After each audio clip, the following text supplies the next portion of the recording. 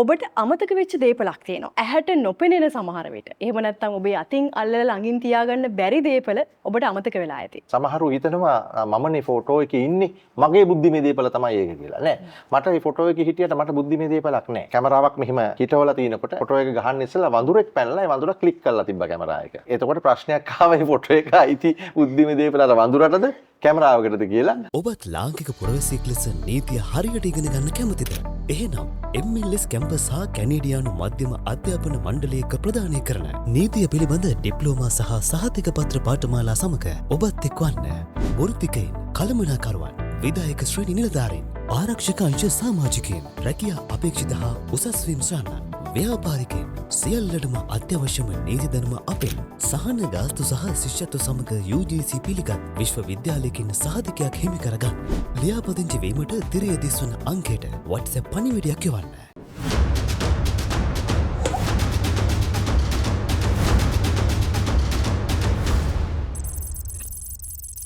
ඔබට තියෙන දේපල මොනවද කියලා අපි අහුවොත් ඔබ අනිවාර්යෙන්ම උත්තර දෙයි ඔබේ ඉඩකඩම් ගැන, මුදල් ගැන, යාන වාහන ගැන, තියෙන රත්තරන් බඩු ගැන. මේ හැමදේම දේපල හැටියට ඔබට ඉක්මනින්ම මතක් වෙනවා. හැබැයි අපි දන්නවා ඔබට අමතක වෙච්ච දේපලක් තියෙනවා. මේ හදන්නේ මේ ඔබට අමතක වෙච්ච දේපල ගැන මතක් කරලා දෙන්න. මොනවද දන්නවද? ඔබට තියෙන ඇහැට නොපෙනෙන සමහර විට. එහෙම නැත්නම් ඔබේ අතින් අල්ලලා ළඟින් තියාගන්න බැරි දේපල සමහර විට ඔබට අමතක වෙලා ඇති. එහෙමත් නැත්නම් අපි කියනවා මේවට බුද්ධිමය දේපල කියලා. අද අපි කතා කරන්න ලෑස්ති වෙන්නේ මේ ඔබට ටිකක් අමතක වෙච්ච බුද්ධිමය දේපල ගැන. එහෙමත් නැත්නම් සමහර විට ඔබේ මේ බුද්ධිමය දේපල ඔබ නොදැනුවත්වම අවභාවිත වෙනවා වෙන්න පුළුවන්. එහෙමත් නැත්නම් ඔබ නොදැනුවත්වම ඔබ බුද්ධිමය දේපල සොරකු වෙනවා. එහෙම නැත්නම් නීතිය අනුව ඔබ බුද්ධිමය දේපල සම්බන්ධයෙන් ඔබ නොදැනුවත්වම වරදකරුවෙක් වෙන්නත් පුළුවන්. එහෙම නැත්නම් ඔබේ අයිතිවාසිකම ඔබට දිනා ගන්න බැරි වෙන්නත් පුළුවන් නීතිය නොදන්න කම නිසා. අපි අද මේ මාතෘකාව ගැන කතා කරන්න හිතුවා. ඒ වගේම මේ බුද්ධිමය දේපල කියන විෂය ටිකක් පුළුල් විදිහට විසිරීලා ගිය විෂයක්. මේ විෂයේ අපිට වැදගත් වෙන කරුණු ගැන අපි කතා කරන්න කල්පනා කළා. ඒ විෂය සම්බන්ධයෙන් ප්‍රවීණයෙක් එක්ක. ඒ සඳහා තිලිනි පෙරේරා YouTube නාලිකාවට මම ආරාධනා කළා. මේ බුද්ධිමය දේපල පිළිබඳ නීතිය වගේම ඒ වගේම එන්ටර්ටේන්මන්ට් ලෝ එහෙම නැත්නම් මේ විනෝදාස්වාද කටයුතු සම්බන්ධයෙන් තියෙන නීති ගැන ප්‍රවීණයෙක්ට මේ නීති ශාස්ත්‍රයේ සම්බන්ධයෙන් ලොකු දැනුමක් තියෙන ජ්‍යෙෂ්ඨ නීතිඥවරයෙක් විශේෂයෙන්ම මේ ටිකක් අඩුවෙන් කතා කරන මේ මාතෘකා ගැන වැඩියෙන් දැනුමක් තියෙන කෙනෙක් ජ්‍යෙෂ්ඨ නීතිඥ චාණක්‍ය ජයදේව මහත්මයාට අපි ආරාධනා කළා මේ ගැන කතා කරන්න. දැන් අපිට ප්‍රශ්න ගොඩක් තියෙනවා. අපි ටිකක් හිමිහිට මේ ගැන ලියාගෙන ගියොත් මුලින්ම දැන් ඉන්ටෙලෙක්චුවල් ප්‍රොපර්ටි මතෙන් බුද්ධිමය දේපල කියන වචනේ අපි අහලා තියෙනවා. අපි හිතුවොත් ඇත්තටම මොකද්ද මේ කෙනෙක්ගේ බුද්ධිමය දේපලක් කියලා කියන්නේ? බුද්ධිමය දේපලක් කියන්නේ මේ ඇත්තටම තිලි පළවෙනියෙන්ම බොහොම ස්තුතියි ඔබේ මේ නාලිකාවට මේ පාට ආරාධනය කරාට. මොකද මම දැක්ක ප්‍රවීණ නීතිඥයෝ කීප දෙනෙක් ගොඩාක් ප්‍රමාණයක් කතා කරලා තිනවා. හරි ඔබේ ප්‍රශ්නට උත්තරය දෙන්න ඒක කෙටියෙන් දෙන්න බෑ. ටිකක් දිගහැරලා දෙන්න ඕනේ. හැබැයි වචන කිහිපයකින් කියනවනම් දැන් ඔබ අර පූර්ණයක් ගන්නකොට කියවන්නේ දේපල ගැන කියලා. ඒ වගේම බුද්ධිමය දේපල කියන්නේ දැන් දේපලක් හදන්න යම් කිසි දෙයකින් දැන් මේ යෝඩ නැගිල්ල ගත්තොත් ඒක දේපලක්. ඒ කියන්නේ ලෝ ප්‍රොපර්ටි යටතේ ගවර්න් වෙන එකක්. එතකොට ඒ වගේ බුද්ධිය මේක යූස් කරලා එහෙම නැත්නම් ප්‍රයෝජනෙට අරගෙන හදපු දේපලකට තමයි බුද්ධිමය දේපල කියන්නේ. ඕක මුල් කාලේ වැඩි හරියක්ම ප්‍රංශේ තමයි මේ නීතිය පටන් ගත්තේ. එතකොට කිව්වා මෙන්ටල් ලේබර් කියලා. මෙන්ටල් ලේබර් කියන්නේ මනසේ ක්‍රියාකාරීත්වය නිසා මනසින් ක්‍රියාත්මක කරලා හදන යම් කිසි දෙයක්. හදන කියන්නේ ඒකෝ ලියන දෙයක් වෙන්න පුළුවන්, ඒකෝ සංගීත තනුවක් වෙන්න පුළුවන්, ඒකෝ ලියලා එය දැන් මේ වගේ කැමරාරම හරහා පරිවර්තනය කරන රූපවාහිනී වැඩසටහනක් හෝ චිත්‍රපට වැඩසටහනක් හෝ ඒ වගේ දේවල් වෙනවා. ඒවට යන දෙයක් ඕනම දෙයක මුල් පොයින්ට් එක එහෙම නැත්නම් මුල් අවස්ථාව බුද්ධියෙන් නිර්මාණය කරන ලද නිර්මාණය තමයි අතරම වෙන වචනේ නිර්මාණය කරලා එය භෞතික දෙයක් බවට පරිවර්තනය කරන්න පුළුවන් ක්‍රියේට් කරන එහෙම නැත්නම් නිර්මාණය වෙන දෙයක් තමයි බුද්ධිමය දේපල කියන්නේ. උදේට මම ඔය කියපු එක්සැම්පල්ස් ටික එහෙම නැත්නම් උදාහරණ ටික පමණක් නෙවෙයි. බුද්ධිමය දේපලේ තව ඒරියාස් ගොඩකට යනවා. ඔය කියපු ටික අදාළ වෙන්නේ කොපිරයිට් කියලා බහලා තියෙන කොපිරයිට් කියන කොටසට. මොකද බුද්ධිමය දේපල දැන් හරිම මේක විශේෂ වෙච්චි මාතෘකාවක්. ඒක කොටස් ප්‍රධාන වශයෙන් තුනකට බෙදෙනවා. තවත් අණු කොටස් වලට බෙදෙනවා. එකක් තමයි කොපිරයිට් නීතිය. අනිත් එක ඔබ දන්නවා වෙළඳ සන්නායමයන් තියෙනවා. ට්‍රේඩ් මාක් කියනවා. දැන් ඔබ තිල්නි පෙරරා YouTube channel එක කියන එක වෙළඳ සන්නාමයක් විදිහට අපිට රෙජිස්ටර් කරන්න පුළුවන් ලංකාවේ බුද්ධිමය දේපල කාර්යාලය. ඒ වගේම ඔබ නිර්මාණයක් කළොත් අපි කියමු දැන් ඔබ මෙතන කැමරා තියෙනවා, මෙතන කැමරා වැඩ කරන අය ඉන්නවා. ඔබ ඒ කියන්නේ ඔබ නිර්මාණයක් කරොත් රොබෝ කෙනෙක් මේ කැමරාමන් කෙනෙක් වෙනුවට හදන්න. එතකොට ඒක නිර්මාණයක්. ඒ කියන්නේ ඒකට අපි ඉන්වෙන්ෂන් එකක් කියලා ඉංග්‍රීසියෙන් කියනවා. ඒ නිර්මාණය අනිත්තර චිත්‍රපටයක් හෝ හින්දුවක් හෝ වෙළඳ සනාවලට වෙනස්. ඒකට ඔබ අහලා ඇති පේටන්ට් බලපත්‍ර ගන්න තියෙනවා. ඒකත් අපි ලංකාවේ සානිත් රටවල රෙජිස්ටර් කරනවා. ඒ වගේ ඒ තුන් ඒරියා එහෙම නැත්නම් ඒ ප්‍රධාන අංශ තුනකට කැඩෙනවා බුද්ධිමය දේපල. කෙනෙක් දැන් තමන්ගේ කැමරාවෙන් ෆොටෝ එකක් ගත්තොත් ඒකත් ඔය මොනවා හරි ගොඩකට වැටෙනවද? ඔව් කැමරාවෙන් ෆොටෝ එකක් ගත්තොත් කිව්වේ දැන් මම ඔබතුමීට මතකද අර කොපිරයිට් කියන එක ගැන කියනකොට ඒකට උදාහරණ 3-4ක් වගේ කෙටියෙන් දුන්නා. එකක් සින්දුවක් කියලා කිව්වා, එකක් ලියපු දෙයක් කියලා කිව්වා, එකක් කැමරාවක් හරහා නිර්මාණය කරපු දෙයක් කියලා. එතකොට ෆොටෝ එකක් ගත්තත් වීඩියෝ එකක් ගත්තත් ඒක කොපිරයිට් නීතිය යටතේ ප්‍රොටෙක්ට් වෙන එහෙම නැත්නම් ආරක්ෂා වෙන බුද්ධිමය දේපලක් තමයි. ඒක තමන්ගේ බුද්ධිය මෙහෙवला සිතුවිලි වලින් ඒකට දැන් හුඟක් අය ඕක අහපු ප්‍රශ්නේ හොඳයි. ඕක හුඟක් අය අහන ප්‍රශ්නයක්. කැමරාවක් යූස් කරලා මගේ ෆොටෝ එකක් ගන්නවා. අපි කියමු ඔය ෆෝන් එක යූස් කරලා. එතකොට සමහරු හිතනවා මමනේ ෆොටෝ එකේ ඉන්නේ මගේ බුද්ධිමය දේපල තමයි ඒක කියලා. නෑ. මට මේ ෆොටෝ එකේ හිටියට මට බුද්ධිමය දේපලක් නෑ. ඒ ෆොටෝ එක පිට බුද්ධිමය දේපල කියන කොපිරයිට් කියන වචනේ පාවිච්චි කරමින් ඉදිරියට මට කොපිරයිට් එකක් නෑ මේ ෆොටෝ එකේ. මේ ෆොටෝ එක ගත්තේ ඔයානේ. ඔයාට තමයි කොපිරයිට් එක තියෙන්නේ. 1800 ගණන් අවසාන භාගයේ සහ මුල් භාගයේ ඇමරිකාවේ මේ පිළිබඳ නඩු තීන්දුව කිහිපයක් තිබ්බා. ශ්‍රේෂ්ඨාධිකරණය විසින් ඒ පිළිබඳ පැහැදිලි නඩු තීන්දුවකින් දුන්නා. ඒ නඩු තීන්දුව කිසිම රටක වෙනස් කරේ නැහැ. අනුගමනය කරා කිව්වා විදිහට. මොකද ඒ කැමරාව මෙහෙවන්නේ කවුද? ඒක ෆෝන් එකක දෙයක් වෙන්න පුළුවන්. එහෙම නැත්නම් අපි මේ කතා කරන කැමරාව පිටිපස්සේ ඉන්න කැමරා කරුවා කෙනෙක් වෙන්න පුළුවන්. ඒ කැමරාව මෙහෙවන්නේ එක්කෙනා තමයි නිර්මාණය කරන්නේ මේ ඇන්ගල් එකට මේ විදිහට මේ ලයිටින් යටතේ මම මේ ෆොටෝ එක ගන්නවා. ඒක හම්බෙන් නිකන් රැස්වීමකදී ටක් ගාලා ගහන ක්ලික් එකක් වෙන්නත් පුළුවන්. එතකොට එයාට තමයි අර බුද්ධිමය දේපල අයිති වෙන්න ඕනේ. ඒකේ ඉන්න කෙනාට වෙන තියෙනවා එයාගේ පෞද්ගලිකත්වයේ වගේ වෙනම නීති වලින් එයාට අයිතින් තියෙනවා. හැබැයි බුද්ධිමය දේපල අයිතියක් නැහැ. මම ෆොටෝ එකක හෝ වීඩියෝ එකක හිටියයි කියලා මට ඒක ඇතුලේ බුද්ධිමය දේපල අයිතියක් නැහැ. ඒක අයිති තියෙන්නේ ඒක කැමරාවක් මෙහෙवला ඒ කැමරාව හරහා ඒ ෆොටෝ එක හෝ වීඩියෝ එක හදාගත්තේ කෙනාට. එතකොට මම පොඩි දෙයක් ඇඩ් කරොත් වයිල්ඩ් ලයිෆ් ෆොටෝග්‍රැෆි කියලා කරනවා මිනිස්සු කරනකොට වෙන රටක කැමරාවක් මෙහිම හිටවලා තිනකොට ඒ කැමරාව ෆොටෝ එක ගහන්න ඉස්සෙල්ලා වඳුරෙක් පැනලා ඒ වඳුර ක්ලික් කරලා තිබ්බා කැමරා එක. එතකොට ප්‍රශ්නයක් ආවා මේ ෆොටෝ එක අයිති බුද්ධිමය දේපල අර වඳුරටද කැමරාවකටද කියලා. මොකද මේ වඳුරා වනගත වෙච්ච වඳුරෙක්ද බුදුව හිටපු කෙනෙක් දන්නේ නැහැ. වඳුරවා දන්නවනේ මොනවා හරි තිබ්බොත් ඒක අල්ලනවා.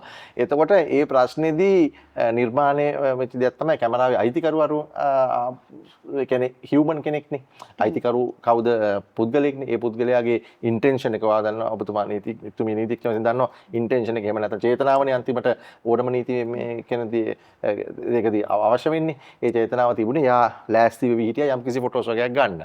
එතකොට අහම්බෙන් ඒ පිළිබඳව කිසිම දෙයක් නොකරපු වනචාරී සත්වයෙක් ඇවිල්ලා ෆොටෝ එක ක්ලික් කරා කියලා යාට අයිති වෙන්නේ නැහැ. කැමරා එක අයිතිකරුට තමයි යන්නේ කියන ස්ථාවරය ආවා. ඒක නිකන් නඩුවකට ගියේ නෑ.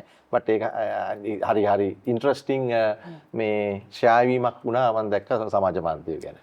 හොඳයි දැන් බුද්ධිමය දේපල ගැන ටිකක් අපි සරලව පැහැදිලි කරොත් ඔන්න ඔය තත්ත්වය. එතකොට දැන් අපි අනිත් පැත්තෙන් කියනවා එන්ටර්ටේන්මන්ට් ලෝ කියලා. විනෝදාස්වාදයේ සම්බන්ධ නීති ගැන. මොකක්ද මේ නීතියේ බලාපොරොත්තුව? මොකක්ද මෙතනදී එන්ටර්ටේන්මන්ට් ලෝ එකකින් වෙන්නේ?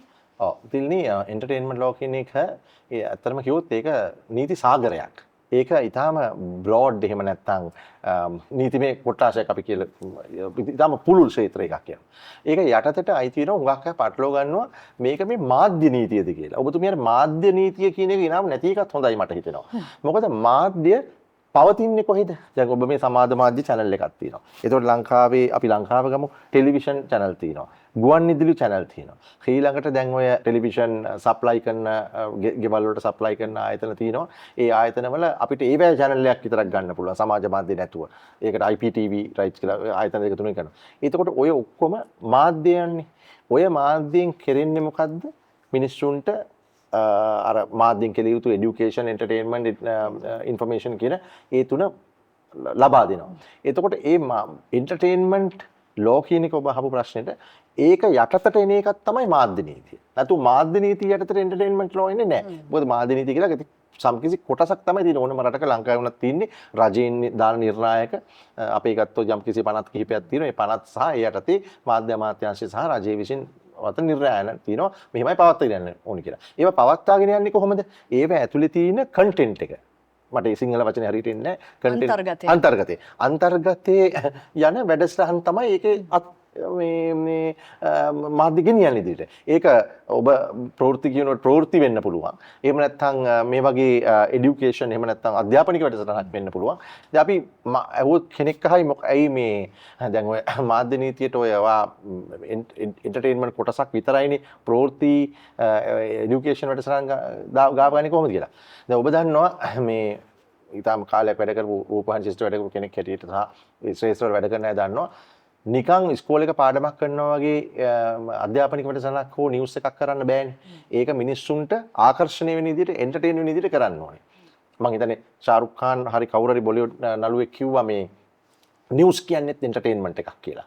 මොකද නිවුස් එක එන්ටර්ටේන්මන්ට් විදිහට නැත්තම් නිවුස් බලන්නේ නැහැ.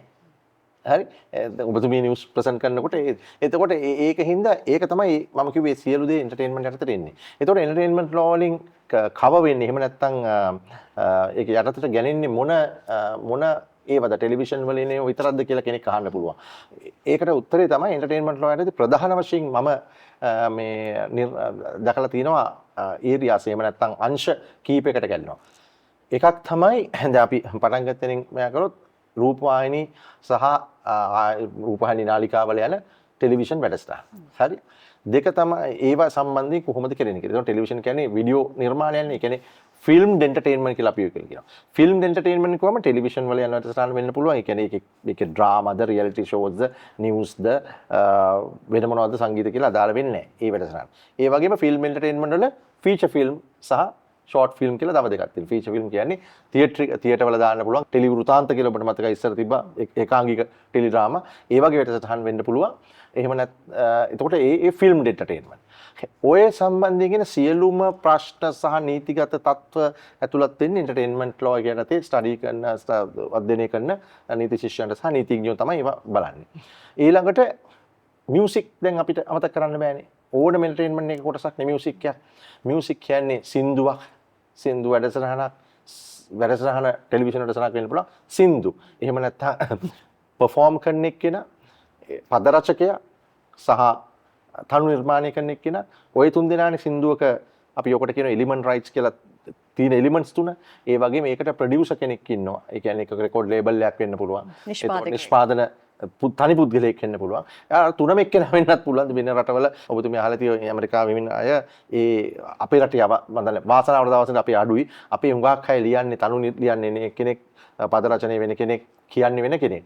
අනිත් රටවල හුඟක් අපි එතන 80 දශකයේ වුණත් ඒ කාලේ බැලුවොත් ඒ රටවල සින්දු කියන එක්කෙනා ඉස්සෙල්ලා මියුසික් නොටේෂන් ඉගෙන ගන්නවා. ඊළඟට සින්දු තුඟක් වෙලාවට යාම ලියනවා. ඒතකොට අර තුනම යා කරන්නේ. සමහරවිට ඊට පස්සේ යට සල්ලි යම් වෙනකොට සල්ලිත් යා දාලා එක්ක ස්ටුඩියෝ එකක් වගේ හදලා එයාම ප්‍රොඩියුසර් වෙනවා. එතකොට ඒකට ඩිස්ට්‍රිබියුට් ඒ කියන්නේ ඒක බෙදා හරින්න විතරයි කෙනෙක් අවශ්‍ය. එතකොට ඔය තුනම එක වෙන්න පුළුවන්. එතකොට ඔය සින්දු සම්බන්ධයෙන් තියෙන ගොඩාක් තියෙනවා මම කෙටියෙන් කිව්වේ. ගොඩාක් තියෙනවා අනු අංශ. ඒවායේ කතුරු භාග රොයල්ටි අර මේ කලෙක්ට් කරන්නේ කොහොමද කියලා. ඒක තව පැත්තක්. ෆිල්ම් එන්ටර්ටේන්මන්ට් ඒ ටෙලිවිෂන් එකට යනවා. ඊළඟට සින්දු පිළිබඳ වෙනවා.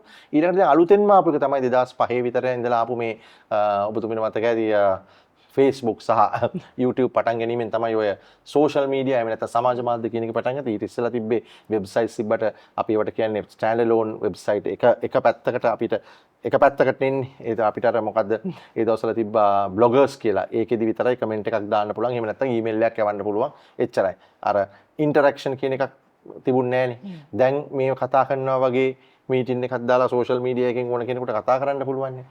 එතකොට ඒක හින්දා ඔය තුන් ඒරියාස් තුනම අපි කිව්වොත් ඔය අංග තුනම ප්‍රධාන වශයෙන් කව වෙනවා. ඔය යටතේ තව ගොඩාක් ඒරියාස් තියෙනවා. හැබැයි අපිට අමතක කරන්න බැරි තව ඒරියා එකක් තියෙනවා. ඇත්තටම ඒක මුලදිම තිබිච්ච ඒරියා එකක්.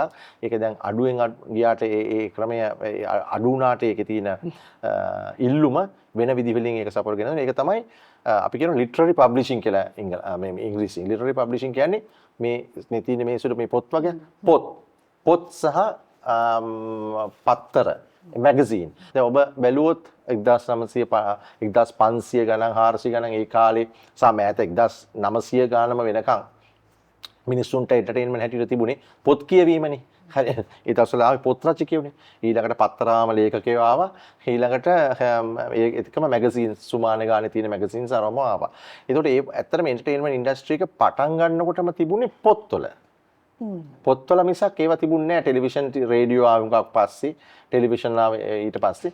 එතකොට ඒ පොත් සම්බන්ධයෙන් පොත් ලිවීම සහ පොත් පිළිබඳ රචනය සම්බන්ධයෙන් සහ පොත් print කිරීම. ඒ පොත් ලියනොත් එක්කම printing ආවා. හරි. printing ආවම ඒ print සම්බන්ධයෙන් තියෙන නීතිය. ඒවා ගලපගන්නේ කොහොමද කියන නීතිය ආවා. ඒ වගේම ඔය ඔබට මතක ඇති ඔය ෂේක්ස්පියර් වගේ අය සහ වෙන යුරෝපේ සහ ඉවන් ඉන්දියාවේ හිටපු රචකයෝ ඒගොල්ලෝ පොත් ලිව්වා වගේම ඒගොල්ලෝ නාට්‍ය ලිව්වනේ. නාට්‍යනේ කාලේ පොත් කියවනවා ඒව නැත්තම් තියට්‍රිකල් ප්‍රොඩක්ෂන් කියලා අපි කියනවා ස්ටේජ් ප්ලේ. ස්ටේජ් ප්ලේ තාමත් තියෙනවා ලංකාව වගේ රටවල තාමත් ලෝකේ ඕනම රටක දැන් ඇමරිකාවේ වුණත් බ්‍රෝඩ්වේ කියලා ලන්ඩන් වලත් තියෙනවා. ඒ ස්ටේජ් ප්ලේ කියන එක තව ඒරියා එකක්. දැන් ඒකට ආවේනික වූ නීති කොටාසිකුත් තියෙනවා. ඒවත් එන්ටර්ටේන්මන්ට් ලෝ ගැනීමට තමයි යන්නේ. මොකද පොතක් කියුවත් මිනිස්සු හදන්නේ විනෝදාස්වාදයක් ලබා ගන්න සහ දැනුමක් ලබා ගන්න දෙකම. එතකොට ඒ වගේම ස්ටේජ් ප්ලේ එකක් ගත්තත් ඒක, චිත්‍රපටයක් බැලුවත් ඒක, රූපවාහිනී වසන බැලුවත් ඒක, රේඩියෝ එකේ සින්දුවක් ඇහුවත් ඒක, ඒ CD එකක්, තැටියක්, කැසට් එකක් හෝ දැන් ඔය ෆෝන් වලට දැන් ඔය එන මොනවාද ඩිජිටල් ෆයිල්ස් අනුව ඒවා iTunes හරි Spotify හරි මොනවා හරි බලලා ඒ බැලුවත් ඒකම තමයි තියෙන්නේ. ඕක තමයි දැන් මං හිතන්නේ මං ගොඩක් කතා කරා ඒවට කෙටියෙන්ම කියන්න පුළුවන් විදිය. උපරිම කෙටියෙන්. උපරිම කෙටියෙන්. දැන් මේ ඊටා විශාල පරාසයක තියෙන එන්ටර්ටේන්මන්ට් ලෝ ගැන කතා කරද්දී මේ නීති ශාස්ත්‍රයට අදාළව වැඩිපුරම කතා බහට ලක් වෙන පාර්ශවයක් ඉන්නවා. අපි කියනවා මේ ඉදිරිපත් කරන්නෙක්. එහෙම නැත්නම් යම්කිසි විනෝදාස්වාද අන්තර්ගතයකට මුල් වෙන කෙනෙක් ඉන්නවා. මේ කෙනාට කොහොමද නීතියෙන් තියෙන බලපෑම නීතිය සම්බන්ධයෙන් මොන වගේ තත්ත්වයක්ද මේ අපි කිව්වොත් පර්ෆෝමර් කෙනෙක්ට? ඔව්. දැන් මම හිතන්නේ ඔබ හරියටම මේ වචන පාවිච්චි කරන අන්තිමට පර්ෆෝමර් කියන එක. දැන් ඔය පර්ෆෝමර් කියන එකට තිල්ලි මම බැලුවා තනි වචනයක් සිංහලෙන් නෑ. පර්ෆෝමර් කියන එකට අයිති වෙනවා දැන් මම මේ ඉංග්‍රීසි මේ අනුවර්තය බැලුවොත් එහෙම සිංගර් කෙනෙක්. දැන් අපි සින්දු ගැන කතා කරා. සින්දුවක් කියන කෙනෙක් රඟ දක්වන්නේ රංගන ශිල්පියා කිව්වොත් එක්කෝ චිත්‍රපටයක එක්කෝ ටෙලිනාට්‍යයක එහෙම නැත්නම් වේදිකාවක රංගන ශිල්පියෙක්. එතකොට ඔබ වගේ ප්‍රසන්ටර් කෙනෙක්. ඒ කියන්නේ වැඩසටහන් ඉදිරිපත් කරන්නේ ඒ වගේම නර්තන ශිල්පියෙක් වෙන්න පුළුවන්. ඩාන්සර් කෙනෙක්. කොරියෝග්‍රැෆි කරන කෙනෙක් වෙන්න පුළුවන්. කොරියෝග්‍රැෆි කියන්නේ ඒක පර්ෆෝම් කරන එක නේ. ඒක ඩිසයින් කරන එක කියලා නෙවෙයි ඒක. එතකොට සමහරු අහනවා මොඩල්ස්ලටත් ඒක අදාළ වෙනවද කියලා වෙන්න පුළුවන්. මොකද මොඩල් කෙනෙකුත් යම් කිසි ලෙවල් එකකට පර්ෆෝම් එකක් කරන්නේ හැමෝටම එක විදිහට කරන්න බෑ. එතකොට ඔය පිළිබඳව තියෙන නීතිමය තත්ත්වනේ ඔබතුමිය අහන්නේ. මේකේ තියෙනවා ඒගොල්ලෝ දැනගත යුතු ෆන්ඩමෙන්ටල්ස් ඒ කියන්නේ මූල ආශ්‍ර නීති කිහිපයක් මූලික දේවල් කිහිපයක් තියෙනවා. දැන් හුඟක් අය එතකොට මොකද්ද පර්ෆෝමර් කෙනෙක් කියලා අපි ඉදිරියට දිගටම කතා කරොත් ඔය ඔක්කොටම පොදු වචනයක් ඉඳලා පර්ෆෝමර් කෙනෙකුට තියෙන අයිතීන් මොනවද කියලා කෙනෙක් අහන්න පුළුවන්. එතකොට පර්ෆෝමර් කෙනෙක් කිව්වම දැන් එයා කරන්නේ අපි කියමු මම තනුවක් තියෙනවා. තව කෙනෙක් පද රචනයක් කරනවා. ඊට පස්සේ ඔයා ඒ සින්දුව කියනවා. දැන් ඔයා නෙවෙයිනේ ඒක නිර්මාණය කරලා තියෙන්නේ. ඔයා කරන්නේ සිංහලෙන් කියනවා නම් පණ පොවන එක. නැත්නම් bringing life to the song. අර මගේ හැකියාවෙන් මම යම්කිසි ඉදිරිපත් කිරීමක් කරනවා. ඔව් යම්කිසි නෙවෙයි සම්පූර්ණ ඉදිරිපත් කිරීම කරන්නේ ඔයා. එතකොට මේ ඔයාට තියෙන අයිතිය මොකක්ද? දැන් පළවෙනින්ම කියන්න ඕනේ ඔයාලට තියෙන අයිතිය ගත්තොත් කෙනෙක් කියනවා මේක කොපිරයිට් අයිතියක්ද තියෙන්නේ කියලා. දැන් මෙච්චර අපි කතා කරපු කොපිරයිට් අයිතිය. උත්තරේ තමයි හුඟක් මම ඔය ගැන ලිපියකුත් ළඟදී ලිව්වා ඔබ දකින්න ඇති කොපිරයිට් එකක් නෙවෙයි තියෙන්නේ පර්ෆෝමර්ට. කොපිරයිට් එකක් කියන්නේ ඉංග්‍රීසියෙන් බුද්ධිමය දේපල යටතේ වැටෙන පළවෙනි රයිට් එක. ඒක නෙවෙයි තියෙන්නේ. ඒතකොට එහෙනම් මොකද්ද තියෙන්නේ කියන එක තමයි ප්‍රශ්නේ. විශේෂයෙන් සින්දු කියන අය අහනවා ඒගොල්ලෝ ළඟදී ඔබ දැකලා ඇති මම හිතන්නේ ජනාධිපතිතුමා වුණත් ගිහලා හම්බෙලා තිබුණා. ඒගොල්ලන්ට කොපිරයිට් එකක් වගේ සමාන දෙයක් එන්න ඕනේ කියලා. මොකද ඒගොල්ලොන් තමයි පනපොල මේක ගේන්නේ. හැබැයි ජාත්‍යන්තරව ওই පිළිබඳව උගාක් ස්ටඩි කරා. ඒ කියන්නේ ජාතික බුද්ධිමය දේපල ආයතනය අර එහෙම ස්ටඩි කරලා කිව්වා කොපිරයිට් එකක් එන්නේ හියුමන් ක්‍රියේෂන් එක. ඒ කියන්නේ මිනිහෙක් විසින් පුද්ගලයෙක් විසින් අර මුලදී අපි කිව්වා වගේ මනස පාවිච්චි කරලා මානසික ක්‍රියාකාරීත්වයේ මානසික වෙහස අනුව ක්‍රියේට් කරපු නිර්මාණය කරපු දෙයකට. දැන් perform කරන එක්කෙනා මොකද්ද කරන්නේ? වෙන කෙනෙක් නිර්මාණය කරපු දෙයක් රඟ දක්වනවා. සින්දු කියන්නේ යම් කිසි රඟ දැක්වීමක්. රංගන ශිල්පී කියන්නේ රඟ දැක්වීමක්. නර්තනය කියන්නේ රඟ දැක්වීමක්. ඒකට පණ පෙවීමක් තමයි. එතකොට ඒක මෙච්චර අවුරුදු 200 300 ඩෙවලොප් වෙච්චි කොපිරයිට් බුද්ධිමය දේපල නීති යටතේ කොපිරයිට් එකක් නෙවෙයි. හරි? එතකොට ඔබට උනත් දැන් හිතෙන්න පුළුවන් ආයි එහෙනම් ඉතින් එයාට අයිතියක් නැද්ද? කිසිම නීතියේ ප්‍රොටෙක්ෂන් එකක්. එහෙම නැත්නම් නීතියේ හිමිකමක් තියෙනවා. ඒක තමයි අපේ බුද්ධිමය දේපල පනත අංක 36 දරන 2003 ජාතික බුද්ධිමය දේපල පනත සහ එයත් ජාත්‍යන්තර නිර්ණය හැදුවේ ජාත්‍යන්තර බුද්ධිමය දේපල පිළිබඳ තියෙන එක්සත් ජාතීන්ගේ සංවිධානයේ නිර්ණයන් ගොඩක් තියෙන. ඒ සියලු දේවල් වල කියලා තියෙනවා නෑ පර්ෆෝමර් අර එයානේ පනපවන්න නැතු දැන් එයා නැතුව සින්දුව කියන්න බෑනේ. රංග කරන්න බෑනේ. ඒකින්ද එයා ඒ පුද්ගලයාට රයිට් එකක් දෙනවා. ඒ රයිට් එකට කියනවා ඉංග්‍රීසියෙන් neighboring rights එහෙම නැත්නම් related rights කියලා. ඒ කියන්නේ කොපිරයිට් එකට සම්බන්ධ වූ related කියන්නේ මොකද්ද? සම්බන්ධ වූ අයිතියක්. neighboring කියන්නේ කොපිරයිට් එකට ළඟ තියෙන රයිට් එක. ඒක තමයි අපේ බුද්ධිමය දේපල පනත බැලුවොත් සෙක්ෂන් අංක 17 ඒ කියන්නේ සෙක්ෂන් 17 වෙනි සෙක්ෂන් එකේ ඉඳලා 21 වෙනි සෙක්ෂන් එක දක්වා ඒ පිළිබඳව පහදිලිවම කියලා තියෙනවා. ඒතරම් පොඩ්ඩක් බලමු මොනවද මේ ඒක යටතේ කියලා තියෙන රයිට් එක කියලා. ඔබ සින්දුවක් කියනවා නම් ඔබ රූපවාහිනී වැඩසටහනකට ගියොත් ඔබ සින්දුවක් කියනකොට ඔබට අයිතියක් තියෙනවා ඒ සින්දුව රෙකෝඩ් කරනවා නම් ඒ සින්දුව රෙකෝඩ් කරනකොට ඔබෙන් පර්මිෂන් ගන්නවා. මොකද ඔබනේ කියන්නේ. හැබැයි එක සැරයක් පර්මිෂන් දුන්නම ඒ සින්දුව විකුණනවා නම් කමර්ෂල් යූස් එකකට ගන්නවා නම් ඔබට යම්කිසි මුදලක් හම්බ වෙනවා. සමහර ගායකයාට පැරණි වැඩසටහනක් ගමු නන්දන වින්දන කියලා වැඩසටහනක් තිබුණකොට මතකද දන්නේ. ඒ පැරණි වැඩසටහනක් හරි මොකක් හරි වැඩසටහනක් ගත්තොත් ඒකෙදි ඒ හැම ගායකයාම ඕනම වැඩසටහනකදී එයාට පුළුවන් එයාගෙන් පර්මිෂන් එකක් ගන්න ඕනේ ඔතොරයිසේෂන්.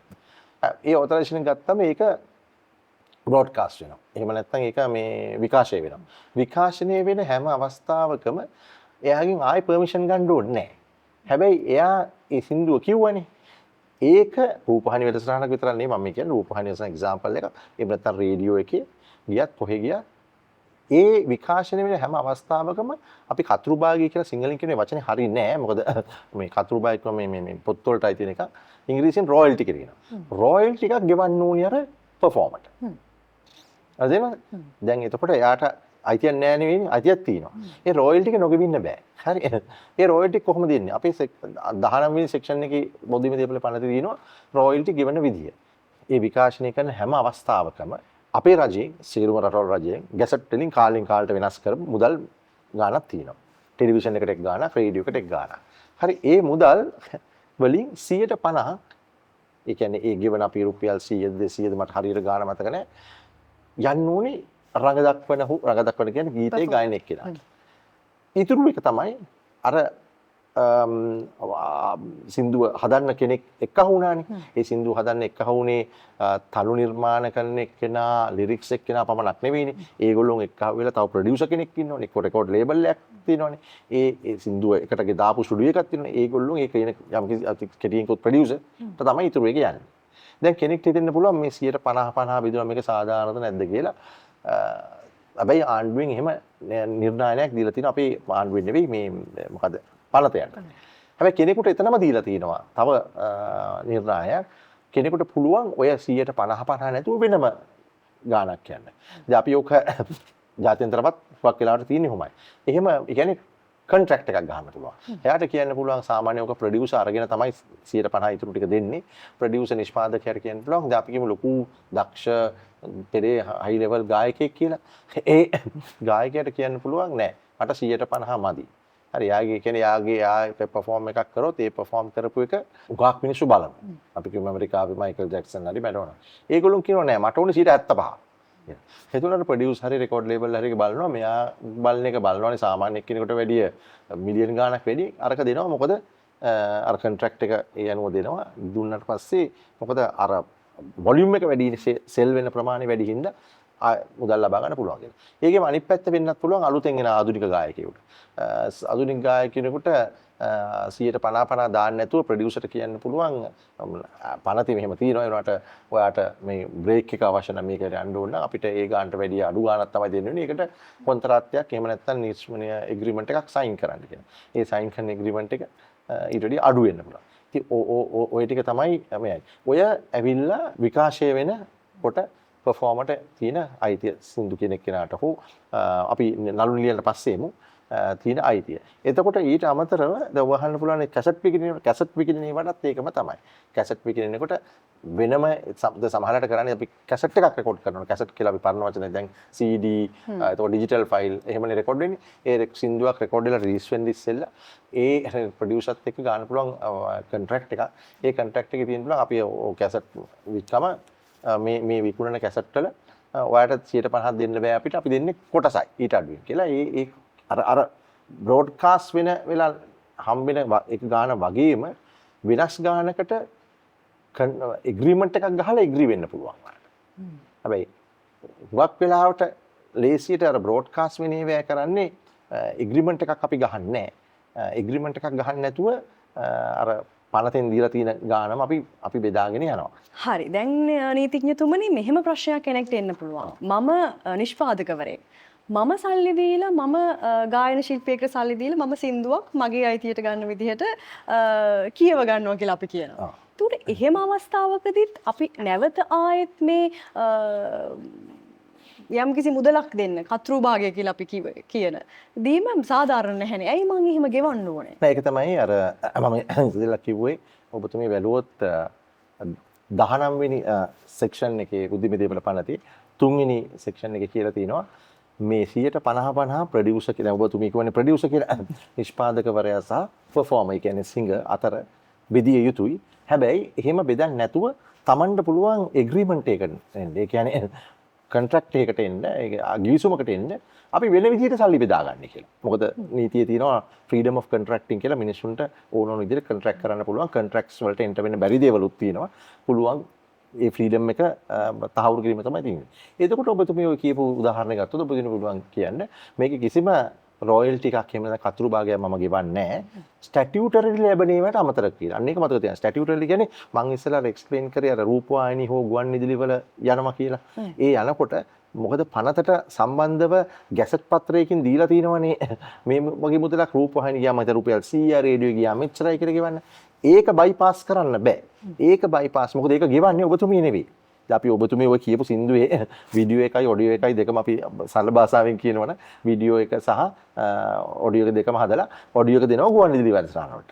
වීඩියෝ එක දෙනවා ටෙලිවිෂන් වලට. ඉතින් ඒවා ප්ලේ වෙන සැරේට ඒ ආයතන වලින් තමයි ගෙවන්නේ. ඒක ගෙවන්න මම තව පස්සේ ඕන කියන්නම් තියෙනවා මේ මොනවද CMOs කියලා ලංකාවේ කියන්නේ collective management organizations කියලා ඒවත් බුද්ධිමය දේපල පන්ත යටතේ මේ කියන්නේ මේ පර්මිෂන් දීපුවා. මොකද හැමෝටම හැම සින්දු කියන එක්කනට හැම ප්‍රොඩියුසර්ම ඕවා channel වලට ගිහිල්ලා එක්කව කර ඉන්න බෑනේ. හරි. ඒගොල්ලෝ කරන්නේ channel එක මොනිටර් කරලා ඒව එක්කව කරලා පොඩි කියන්නේ administrative cost එකක් එහෙම නැත්නම් ඒගොල්ලන්ගේ වියදම් වලට කොයියක් තියාගෙන මේ ඉතුරු ටික බෙදලා දානවා. හරි ඒවා ඇරෙන්න ඒ කියන්නේ ස්ටැටියුටරි පනතකින් එනේවා ඇරෙන්න එහෙම නැත්නම් රජයේ නියම කරන මුදල් ඇරෙන්න ඒවා තියෙන හුඟක්ම බ්‍රෝඩ්කාස්ටිං වලට. හොඳ ඒක මතක තියාගන්න. බ්‍රෝඩ්කාස්ටිං කියන්නේ විකාශයේ රේඩියෝ සහ ටීවී ගාන වෙනස්. අර ඔබතුමිය කියුවා මම ඔබට ඔයාලට මුදලක් දීලා ගන්නවා වෙන රොයල්ටි ටිකක් දෙන්නේ නැහැ කියලා.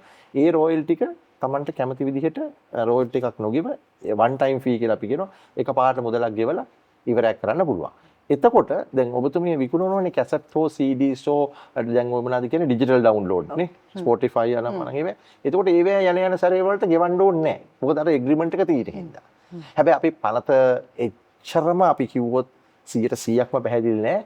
හරියට කෙනෙක් බැලුවොත් සමහරලාට කියන්න පුළුවන් නෑ රූපවාහිනියට මේ යන්නේවත් කව වෙන විදිහට එග්‍රීමන්ට් එකක් ගහලා ඒවා අයින් කරන්න පුළුවන් කියලා. ඒ වුණාට ඔබතුමී දන්නවනේ ඉදික්නික හැටියට නීතියේ තියෙන දෙයක් වෙනස් කරන්න බෑනේ මේ එග්‍රීමන්ට් එකකින්. අභිබවා යන්න බෑ. ඒකයි ඒකට උත්තරේ. එතකොට මේ මම මේ දෙකට සින්දු ගැනම අහන්න ටිකක් අපි වැඩිපුර ගොඩක් අය ඔය ප්‍රශ්නේ ඉන්නේ සින්දු ගැන. අනිවාර්යයෙන්. මේ සින්දුවක් ලියන කෙනෙක්ට මොන වගේ අයිතියක්ද හිමිකමක්ද තියෙන්නේ? දැන් ඒක තමයි මම හිතන්නේ මේ අර මුලදී කිව්වේ මෙතනදී අපි අද කතා කරන්නේ performer කියලා රංග දක්වන එක්කෙනා හෝ සින්දු කියන එක්කෙනා ගැන කියලා රංගන ශිල්පියා එහෙම නැත්නම් ගායක ශිල්පියා නර්තන ශිල්පියා ඒ වගේ අය ගැන කියලා මේ ඔය ඒගොල්ලන්ට කොපිරයිට් එකක් නැහැ කියලා මම කිව්වනේ මුලදී. එතකොට සින්දු ලියන කෙනා හෝ තනු නිර්මාණය කරන කෙනා හෝ නිෂ්පාදකයාට ඒව විකුණපු කෙනෙක් වෙන්නුලා ඒගොල්ලන්ට තියෙන්නේ කොපිරයිට් එක. ඒගොල්ලෝ නිර්මාණය කළේ වයි. මතකද මම මුලින් කිව්වා නිර්මාණයකට කොපිරයිට් එක ඉන්නේ කියලා. හරි ඒ වුණාට දැන් සින්දු කියන ඔය පර්ෆෝමර් කියන එක්කෙනාගේ ඔළුවල තියෙනවා මේ දවස්වල හුඟක් රටවල මේ විශේෂයෙන් ලංකාවේ අපිත් කරන්නේ නිර්මාණයක් නේද කියලා. හැබැයි ජාත්‍යන්තරව පිළිගන්න නිර්ණය තමයි ඕගොල්ලෝ නිර්මාණයක් නෙවෙයි කරන්නේ. ඕගොල්ලෝ කෙනෙක් කරපු මෙන්න මේක හොඳට ඔළුවට ගන්න. කෙනෙක් කරපු නිර්මාණයකට පණ පෙවීමක් ඉදිරිපත් කිරීමම නෙවෙයි. ඉදිරිපත් කිරීමක් කියන්නේ එක ජාතික පණ පෙවීමක්. දැන් ඔබ වැඩසටහන ඉදිරිපත් කරන්නේ. ඔබ කරන්නේ ඉදිරිපත් කිරීම. ඒකත් එක විදිහකට පණ පෙවීමක්. හරි? හැබැයි අපි කියමු එක විදිහකට ලියපු ලිරික්ස් වලට එහෙම නැත්නම් මොනවාද මේ තනු සහ පද රචනයේට යම් කිසි ඒ වර්ෂන් එක දෙන්න පුළුවන් ඒ පුද්ගලයාට විතරනේ. එතකොට ඒ පුද්ගලයා හිතනවා මේ කොපිරයිට් එකක් නේ තියෙන්න ඕනේ කියලා. නෑ, එයාට කොපිරයිට් එකක් නෙමෙයි. මොකද නිර්මාණය ඔරිජිනලි කරේ එයා නෙවෙයි. එයා කරේ තීන නිර්මාණයකට මේ රඟ දැක්වීමකින් හෝ නර්තනයක් කිරීමෙන් හෝ දැන් අපි සින්දුව කීමෙන් හෝ ඔය තුනෙන් එහෙම නැත්නම් ප්‍රසන් කිරීමෙන් පණ පෙවීමක්. දැන් අපි මම රංගන ශිල්පී කියන එක පොඩ්ඩක් ගමු. නැත්නම් මේක අමතක වෙනවා. අපි සින්දු කරන රංගන ශිල්පියෙක් කරන්නේ කොරියෝග්‍රැෆි කියලා තියෙන්නේ. මට ඒක සිංහල වචන දන්නේ නැහැ. කොරියෝග්‍රැෆි කරන නාට්‍ය මේ සෝරි මොකද ඒකට සිංහල වචන මම දන්නේ නැහැ. ඒ ප්‍රධාන පිටේ කොරියෝග්‍රැෆි කරන අය නිර්මාණය කරන්නේ මෙහෙමයි මේ නටුම වෙන්න ඕන කියලා. නර්තන වින්‍යාසය නිර්මාණය. එතකොට නිර්මාණයක අපි කියමු චන්න පෙරාරි ඔය කවුරු කරන එක්කෙනා එයාගේ අනිත් කට්ටිය තමයි ඒ රඟ දක්වන්නේ. ඒකට ඒගොල්ලන්ට කොපිරයිට් එක එන්නේ විදියක් නැහැ. ඒ වුණත් තලමනුස්සයට මොකක්ද දෙන්නේ? ඒකයි ජාත්‍යන්තරව කොපිරයිට් එක නෙවෙයි පර්ෆෝමන්ස් රයිට්ස් කියලා වෙනම රයිට්ස් කොටසක් දැන් මම අර ඉස්සෙල්ලා එක්ස්ප්ලেইন කරපු ඒ රයිට්ස් ටික තියෙනවා යා. මීට අමතරව දැන් මේ පර්ෆෝමර් කෙනෙක්ට තියෙන විශේෂයෙන් අපි නීති ඉස්සරහදී හම්බ වෙන වෙනත් අයිතිවාසිකම් තියෙනවා. ඔව් දැන් අපි ඒකට යන ඉස්සෙල්ලා පොඩ්ඩක් මම කියන්නේ දැන් ඕකෙදී අපිට අමතක වෙන එකක් තමයි පර්ෆෝමර් කිව්වම ප්‍රධාන පර්ෆෝමර් කෙනෙක් තමයි ඇක්ටර්. ඇක්ටර් කියන්නේ කවුද මේ රංගන ශිල්පියා. රංගන ශිල්පියාට මොකක්ද දෙන්නේ? එයාට ඔය කතුරු භාගයෙන් නැද්ද කියලා කෙනෙක් හිතන්න පුළුවන්. එයාට කොහොමද දෙන්නේ? හුඟක් ඒක වෙලා තියෙන ඉන්ඩස්ට්‍රි එකේ ඒ චිත්‍රපටි කර්මාන්තේ එක ඉන්ඩස්ට්‍රි මියුසික් ඉන්ඩස්ට්‍රි වගේම චිත්‍රපටි කර්මාන්තේ තිබිච්ච සංස්කෘතිය, ඒ කියන්නේ ඒකේ තිබිච්ච කල්චර් එක. ඒකේ වෙලා තියෙන හැමදාම චිත්‍රපටි රංගන ශිල්පියෙකුට ඔය රොයල්ටි කියලා එකක් මුකුත් දෙන්නේ නැහැ. ඒගොල්ලොන්ට රංගපානවට ඒ චිත්‍රපටියට ගාණක් ලබා දෙනවා. හැබැයි දැන් කියන්නේ සමහර ෂූට් මේ ප්‍රොඩියුසර්ස්ලා ඩිරෙක්ටර්ස්ලා එහෙම ඉන්නවා. ඒගොල්ලොන් කියනවා දැන් ප්‍රොඩියුසර් ඩිරෙක්ටර්ස්ලා එකට එක්කහුවලා කියනවා සමහර ඇක්ටර්ස්ලාගෙන් හරි අපි වාට මේ ගාණ දෙනවා. හැබැයි චිත්‍රපටියේ සක්සස් එක අනුව අපි තව මෙච්චර ප්‍රමාණයක් දෙනවා කියලා. එහෙම කරාම රංගන ශිල්පියාගෙන් බෙස්ට් එක ගන්න පුළුවන් කියලා කියන්නේ. මොකද මට මේ හම්බෙන ගානට වැඩිය නැත්තම් ගාන අරගත්තා චිත්‍රපටියේ මොනවා වුණත් කමන්නේ කියලා මේ ඒ විදිහට තියෙනවා. ඒ චිත්‍රපටි කර්මාන්තයේදී ඒක එහෙම කතුරු භාගය කියලා එකක් යන්නේ නැහැ. ඒකේ කොන්ට්‍රැක්ට් එක ගාලා මුදල ගෙවලා අර විදිය එක්ක වැඩිපුර ගෙවනවා හොඳට සාර්ථකවම කියන සාවල තමයි යන්නේ. මේ අතරේ නීතිඥතුමනි දැන් ඔය කතා කරපු සාමාන්‍ය අයිතීන් වලට අමතරව වෙනත් මොනවද පර්ෆෝමර් කෙනෙකුට හම්බ වෙන අයිතීන්? ඔව්. දැන් බුද්ධිමය දේපල යටතේම අපි ගත්තොත් තියෙනවා මේ මොරල් රයිට්ස් කියලා කොටාශයක්. ඒ කියන්නේ කොපිරයිට් එකට සමාන්තරව දිවෙන රයිට් එකක් කියලා කිව්වොත් ඇති. දැන් කොපිරයිට් එකක් කියන එක මම කියවනේ ඒක නිතරම මුදල් මත යැපෙන එකක් වෙන්න පුළුවන්. ඒ කියන්නේ අපි දැන් ඔබ නිර්මාණය කළා මේ දැන් අර ඉස්සෙල්ලා මොකක්ද ඒකට කියන්නේ උදාහරණයක් ගත්තොත් ඔබ නිර්මාණය කරන්නේ සින්දුවක් ඔය කියලා තියෙන කෙනෙක් දාලා කියවනේ. ඒක මට පුළුවන් සල්ලි දීලා ඔබෙන් අරගන්න යම් කිසි මුදලකට. එක්ක මම මුල් මුදලක් දීලා කියනවා මේක විකුණලා ඉතුරු වෙන කොටස් දෙන්නම් කියලා. වෙන භාණ්ඩයක් විනාගෙන වගේ තමයි. ඒ වුණාට මේ මොරල් රයිට් කියලා කොටස දැන් මම කියවන අර පද රචකයා නිර්මාණය කරන්නාට තමයි කොපිරයිට් එක තියෙන්නේ කියලා. ඒගොල්ලන්ට වගේම පොදුවේ තියෙනවා පර්ෆෝමර්ටත් මොරල් රයිට් කියලා එකක්. මොරල් රයිට් කියන්නේ මේක ප්‍රංශේ තමයි මේකත් දිනුනේ. ඒ කියන්නේ දැන් ඔබතුමිය යම්කිසි සින්දුවක් කිව්වන එක විදිහකට ඒ සින්දුව කියූප එකේ අයිතිය ඔබේ ඒ කියන්නේ අපි කියන right to attribution කියලා. ඔබේ නම නොදා ඉන්න බෑ. මගේ නම දාන්න බෑ ඒකට. ඔබතුමී වගේම තව කෙනෙක් වුණොත් ඔබේ නම දාන්නම අවශ්‍යයි. ඊළඟට තියෙනවා integrity කියලා එකක් ඔබේ performance එකේ. කියන්නේ ඔයා කරපු performance එක distort කරන්න, ඒ කියන්නේ වෙනස් කරන්න. mutilate කරන්න. එහෙම නැත්නම් ඒ කියන්නේ ඒක වෙනස් බන්ධනයකට සිංහල වචන මට එන්නේ. එහෙම නැත්නම් ඒක modify කරන්න. වෙනත් විදිහකට කරන්න ඔබේ අවසරය නැතුව බෑ. දැන් අපි කියමු ඒකට හොඳ එක්සැම්පල් එකක් මෙහෙම ගමු. අපි කියමු සින්දුවක් කෙනෙක් ලියනවා. ඔවා ඊට පස්සේ තනු නිර්මාණය කරනවා තව කෙනෙක්. ඔබතුමීම අර ඉස්සර කියපු උදාහරණය වගේ ප්‍රොඩියුසර්. ඔබ තව කෙනෙක්ව දාලා ඒ සින්දුව කියවනවා. හැබැයි එයා කියපු ඒ වෝකල් ප්‍රසන්ටේෂන් එකම ඒ සිංගින් ටිකම එයාගේ පර්මිෂන් එකක් මොකුත් නැතුව වෙනස් කරනවා. ඒ කියන්නේ ඒක තාක්ෂණයෙන් කරන්න පුළුවන් යම් විදිහට වෙනස් කරනවා. වෙනස් කරලා වෙන අර්ථකථනයක් එන්නේ. එතකොට අර ඒ කියන්නේ අපි ඔබතුමී දන්නේ නැති රේඩියෝ වොයිස් ඕවර් කරනකොට ට්‍රේලර්ස් වලදීම එක එක වෙන වොයිස් මොඩියුලේෂන් වගේ ඒවා කරලා වෙනස් කරනවා. ඒ වෙනස් කිරීම කරාම ඔරිජිනල් කැරක්ටර් එකට අර පර්ෆෝමන්ස් එකේ ප්‍රශ්නයක් වෙනවා. ඒක නිකන් කැත වෙලා යනවා වගේ තත්ත්වයක් එනවා. ඒක කරන්න ඉඩ දෙන්නේ නැහැ අර කෙනාගේ පර්මිෂන් නැතුව. මොකද ඒක තමයි එයාගේ තියෙන ඉන්ටෙග්‍රිටි එක කියලා අපි අදහස් දක්වන්නේ. තුන්වෙනි කරුණ තමයි මොරල් රයිට්ස් යටතේ. දැන් ඔබ කියවනේ අර සින්දු කියපු කෙනාගේ මේ පර්මිෂන් එහෙම නැත්නම් එයාගේ මේ අනුදැනුම නැතුව කෙනෙකුට කරන්න බෑ false attribution කියලා. දැන් මම කිව්වා attribution කියන්නේ එයාගේ නම සහ එයා සින්දු කියපු කෙනා කියලා දාන්න අවශ්‍යයි. ඒ false attribution කියන්නේ එයා වෙනුවෙන් තව කෙනෙක්ගේ නම දැම්මොත් ඒක වැරදි publicity එකක් කියලා තමයි එයා වෙන්නේ. දැන් තව කෙනෙකුට අහන්න පුළුවන් දැන් මේ agreements පිළිබඳව අපි කතා කරන agreements ගහලා මේ තියෙන rights ටික transfer කරන්න පුළුවන්ද කියලා. ඇත්තටම moral rights කියන ඒවා agreements ගහලා transfer කරන්න බෑ. ඒක දැනගන්න ඕන එකක් මිනිස්සු. මොකද moral rights transfer කරොත් එහෙම දැන් මම කිව්ව දැන් ඔයා අර example එකටම අපි ගියොත් ඔබතුමිය producer වශයෙන් සින්දුවක් හදනවා. ඒ සින්දුව අරගෙන කෙනෙක්ගේ moral rights තුත් ඒ කියන්නේ ඒකේ සින්දුවේ තියෙන integrity ඒකේ value එක එතකොට එයාගේ නම ඒව ඔක්කොම ඔයාගේ නමට ගත්තොත් ඕන දෙයක් කරනවා කියලා ඔයාලට වෙනස් කරන්න පුළුවන්. එතකොට අසාධාරණයක් වෙන්නේ ඒක කලාවට වෙන අසාධාරණයක් කියලා තමයි නීතිය පිළිගන්නේ. ඒකින්ද ඒක වෙනස් කරන්න බෑ. එහෙම. හැබැයි එක දෙයක් කරන්න පුළුවන් ඒක වේව් කරන්න පුළුවන්. නීතිය වේව් කරනවා කියලා කියන්නේ ට්‍රාන්ස්ෆර් කිරීමක් නෙවෙයි රයිට් එක. වේව් කරනවා කියන්නේ ඒක ඇතරම ඒක ඉෆෙක්ට් එක එකම වෙන්න පුළුවන්. මම ඒ පිළිබඳව ඇක්ෂන් ගන්නෙ නෑ කියලා ඔබ වෙනසක් කරොත්. ඒ ඇතරම සාධාරණම දෙයක් නෙවෙයි. මොකක් රටවල ඒක කරන්න ඉඩ දෙන්නේ නෑ. මම ඇමරිකාවගේ රටවල ඉඩ දෙනවා. ඒ කියන්නේ දැන් ඔයා යම් කිසි ලෙවල් එකකට යම් දේවල් වේව් කරොත් ඒ කියන්නේ distort changes එහෙම කරොත් එහෙම එතකොට මම ඒකට විරුද්ධව ඇක්ෂන් ගන්නෙ නෑ කියලා. දැන් එතකොට ඒක ඊටාම සාධාරණ දෙන්නේ හුඟක් ගායකයෝ නළුවෝ ඒකට ඒ වගේ වේව් කිරීමටවත් අස්සම් කරන්නේ නෑ. මොකද වෙනම එග්‍රීමන්ට් එකක් ගන්නවනේ එවැනි දේවල් අස්සම් කරන්නේ නෑ. ඒක තමයි ප්‍රධාන දේ. එතකොට ඒ කියන්නේ එක රටවල් වල විවිධ නිර්ණයන් ගෙවලා තියෙන මේකට දැන් කොමන් ලෝ රටවල ඒ කියන්නේ ඉංගලන්තේ ඕස්ට්‍රේලියාව වගේ තැන්වල මේවට වේව් කරන්න ඉඩ දෙනවා. හැබැයි මම ඔබතුමිට මතක කිව්වා මේ බුද්ධිමය දේවල් පටන් ගන්නකොට මොරල් රයිට්ස් පටන් ගන්නකොට වගේ දේවල් හුඟක් හැදුනේ ප්‍රංශය වගේ රටක. ප්‍රංශය උගේ ඊටාම දරුණුයි. ප්‍රංශේ මේ මොරල් රයිට්ස් කියන එක අත් නොහැරිය හැකි වගකීමක්. එහෙම නැත්නම් රයිට් එකක් නැත්නම් බලයක්.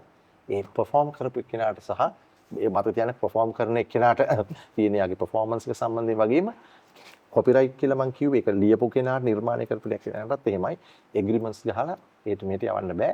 ඒක මම කිව්වේ විවිධ රටවල විවිධ විදිහට තියෙන්නේ. අපේ රටේ ඒක තමයි මම ඉන්නේ නැදුවේ. අපේ රටේ ඇත්තටම ওই ගැන කතා කරලා නැහැ. අපි moral rights ගැන කතා කරලා තිනවා මේ කොපිරයිට් එක සම්බන්ධයෙන්. ඒ කියන්නේ කොපිරයිට් එක සම්බන්ධයෙන් ඇග්‍රීමන්ට්ස් ගහන්න පුළුවන්ද කියලා නෑ moral rights එක.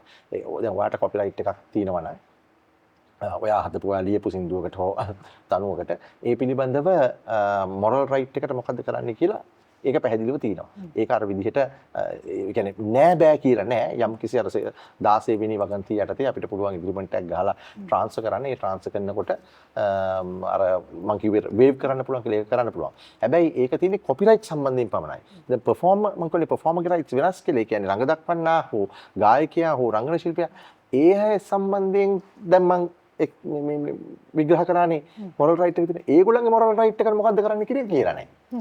අපි පළති ඒක ඇත්තටම මම හිතන්නේ පළත අපි දිනු කරගෙන යනවා ඉදිරි කාලේදී. ඒ කාලේදී අපි බල යුතු දෙයක්. දැන් මේ ඊළඟ ප්‍රශ්නේ සමහරුන්ට ඇති වෙන්න පුළුවන් ප්‍රශ්නේ තමයි දැන් පර්ෆෝමර් කෙනෙක්ට පේනවා තමන්ගේ නිර්මාණයක් තමන්ගේ ඔය අයිතීන් තියෙන නිර්මාණයක් තව කෙනෙක්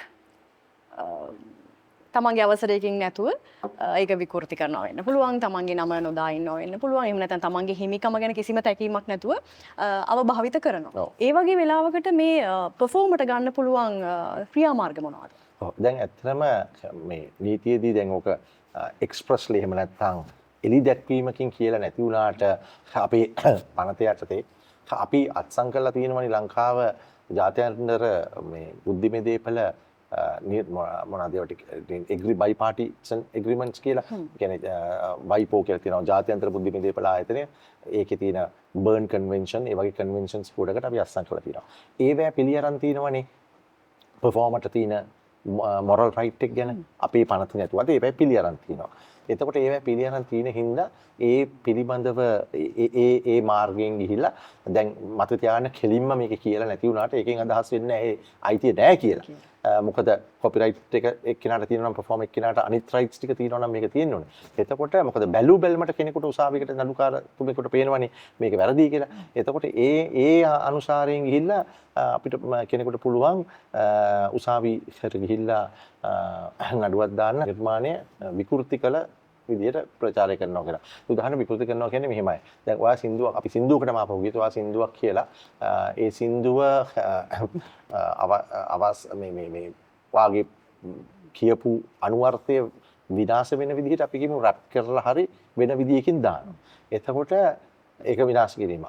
එතකොට ඒකට නඩු දාන්න පුළුවන් අර මං කියපු ආකාරයට. හුඟක් අය මං හිතන්නේ මේ නඩු දාන්නේ ඔරිජිනල් ඒක නිර්මාණය කරපු අයත් ප්‍රොඩියුසර්ත් එක්ක ගිහිල්ලා එතකොට මොකද නඩුව එතකොට ස්ට්‍රෝං බලවත් දාලා මේ ඒ පිළිබඳව ඉන්ජන්ක්ෂන් තහනම කරන්න නවත්තන්න සහ ඒ කියන්නේ ඒ පිළිබඳ අපිට ඩැමේජස් ගන්න පුළුවන් ඒ කියන්නේ වන්දි ලබා ගන්න පුළුවන් සාරක දෙන්න එක සම්පූර්ණයෙන්ම නවත්ත ගන්න පුළුවන්. ඒක හුඟක් වෙලාවට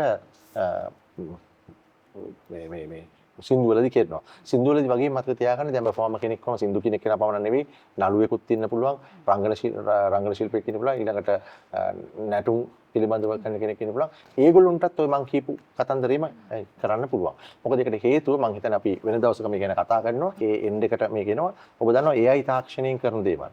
අද AI තාක්ෂණයෙන් විනාශ කරලා තියෙනවා ගොඩාක් දේවල් ලංකාවේ පවා තාම ලංකාවේ වාසනාවකට මම හිතන්නේ මේ එන්ටර්ටේන්මන්ට් ඉන්ඩස්ට්‍රි එක සම්බන්ධයට මොකක්වත් වෙලා නැහැ මට දන්න විදිහට මොකද AI තාක්ෂණය යූස් කරලා පුළුවන් ඔයා රඟ දක්වපු එක තැනක මේ වාගේ සින්දුවක් වොයිස් එකක් අරගෙන වොයිස් ක්ලෝනින් කරනවා අරගෙන නැති දෙයක් කරන්න. ඒක තනිකරම මොරල් රයිට්ස් වයලේෂන් එකක් සහ කොපිරයිට් වයලේෂන් එකක් තියෙනවා. ඒතකොට චිත්‍රපටි රංගන ශිල්පියෙක්ගේ වැඩෙත් ඒකම කරන්න පුළුවන්.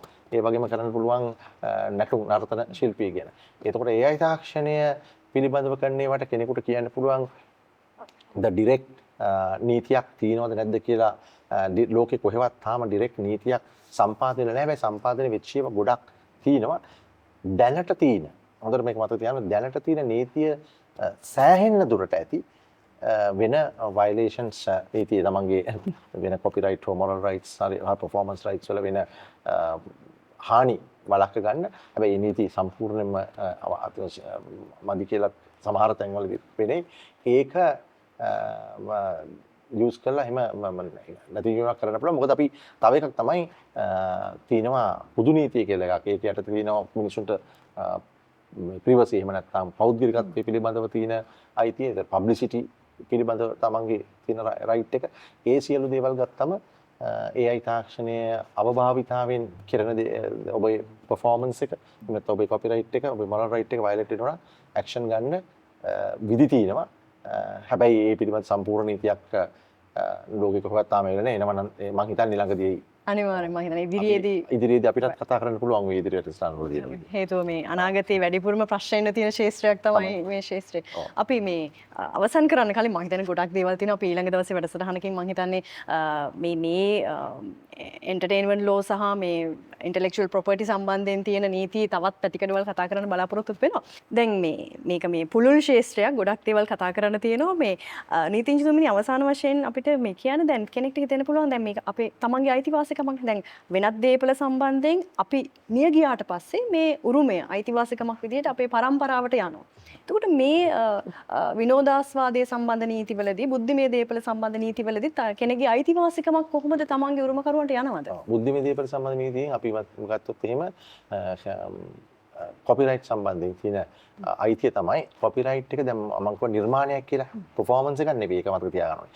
ඒ නිර්මාණයේදී මම යම් නිර්මාණයක් කළා නම් මගේ නිර්මාණය මගේ ජීවිත කාලය සහ කින් ඔබට 70 අවුරුදු 70කට ඒකේ අයිතිය තියෙනවා. ඒතර මගේ ජීවිත කාලෙන් ඔබට කොහොමද ඒක කෙනෙක්ගේ අයිතිය පාවිච්චි කරන්න කියලා. එතකොට ඒකට උත්තරය තමයි මගේ අපේ කියන්නේ මගේ දේපල උරුමකාරයෝ ඉන්නවනේ. ඒ වගේ ඒකත් බුද්ධිමය දේපලක් නේ. බුද්ධිමය දේපල උරුමකාර නීතිය යටතේ එහෙම නැත්නම් අපි කියන ටෙස්ටමෙන්ටරි ලෝ එක යටතේ සිවිල් අනුදාන සංග්‍රහයක තියෙනවා. ඒ අනුව මම අන්තිම කැමැති පත්‍රයක් තියලා මගේ නිර්මාණ අපි මම පොත් 100ක් ලියපු කෙනෙක් එහෙම නැත්නම් පොත් කීපයක් ලියපු කෙනෙක් ගීත නිර්මාණය කරපු කෙනෙක් චිත්‍රපටි හදපු කෙනෙක් කියලා මගේ සියලු දේ මට බිල් එක එහෙම නැත්නම් අන්තිම කැමැති පත්‍රයක දාලා මැරෙන්නේ. එහෙම වුණොත් ඒක උසාවිය හරහා පාවිච්චි කරන්න පුළුවන්.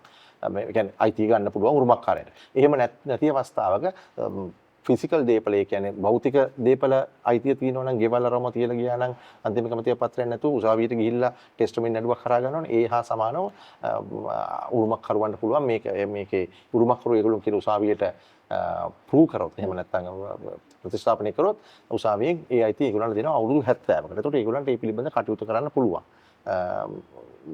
ළමයින්ට උරුමකාරයන්ට. එතකොට පර්ෆෝමර් කෙනෙක් ගත්තොත් දැන් මම පර්ෆෝමන්ස් රයිට්ස් ගැන කතා මේ කිව්වේ කොපිරයිට් ගැන. පර්ෆෝමර් කෙනෙක් ගත්තොත් ඒ පර්ෆෝමර්ට තියෙන්නේ අයිතිය එයා පර්ෆෝම් කරලා ඒක යම්කිසි ඒ කියන්නේ අපි කියමු ෆික්සේෂන් කියලා කියන්නේ CD පටයකට හෝ කැසට් පටයකට හෝ මොකක් හරි චිප් එකකට කරලා දාපු දවසේ ඉඳලා හෝ බ්‍රෝඩ්කාස්ට් කරපු දවසේ ඉඳලා අවුරුදු 50 70 නෙවෙයි. ඒ 50 ජීවිත කාලේ වෙන්න පුළුවන් ජීවිත කාලයෙන් ඔබට කොටසක් වෙන්න පුළුවන්. අපි කියමු මේ 50 දී 40කින් මැරුණා කියලා කෙනෙක්.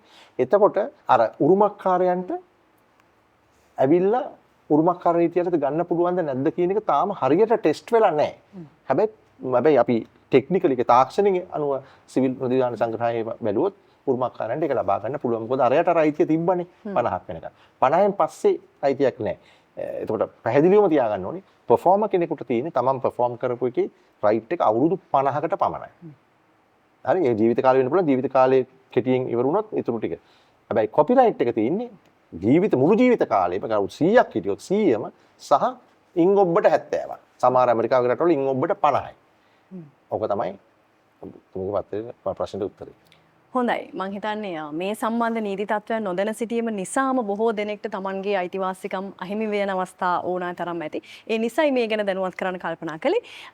මං හිතන්නේ මෙතනින් එහාට ගිහිල්ලා විශේෂයෙන්ම ඔබතුමා සඳහන් කරපු මේ AI සම්බන්ධයෙන් අනාගතයේදී එන්න පුළුවන් ප්‍රශ්නවලට හැදෙන නීති පිළිබඳව මේ තත්ත්වයන් පිළිබඳවත් ඔබ දැනුවත් කරන්න බලාපොරොත්තු වෙනවා. කොහොම වුණත් මේ පුළුල් විෂය නීති ශාස්ත්‍රය ගැන බොහොම සරලව කතා කරන්න අද දවසේදී සම්බන්ධ වුණාට බොහොම ස්තුතියි ජ්‍යෙෂ්ඨ නීතිඥ චානක ජයදේව මහත්මයාට. අපි තවත් දවසක හමු වෙන්න බලාපොරොත්තු වෙනවා. බොහොම ස්තුතියි මාව මේ ඔබගේ වැඩසටහනට ආරාධනය කරාට මම හිතන්නේ ඊටාම වටින මාතෘකා කීපයක් අපි කතා කරේ. බොහොම ස්තුතියි. නීති ශාස්ත්‍රය ගැන අපි නොදන්නා දේවල් දැනගන්න දිගටම තිරණි පෙරේරා YouTube නාලිකාව නරඹන්න තිරණි පෙරේරා YouTube නාලිකාව subscribe කරන්න.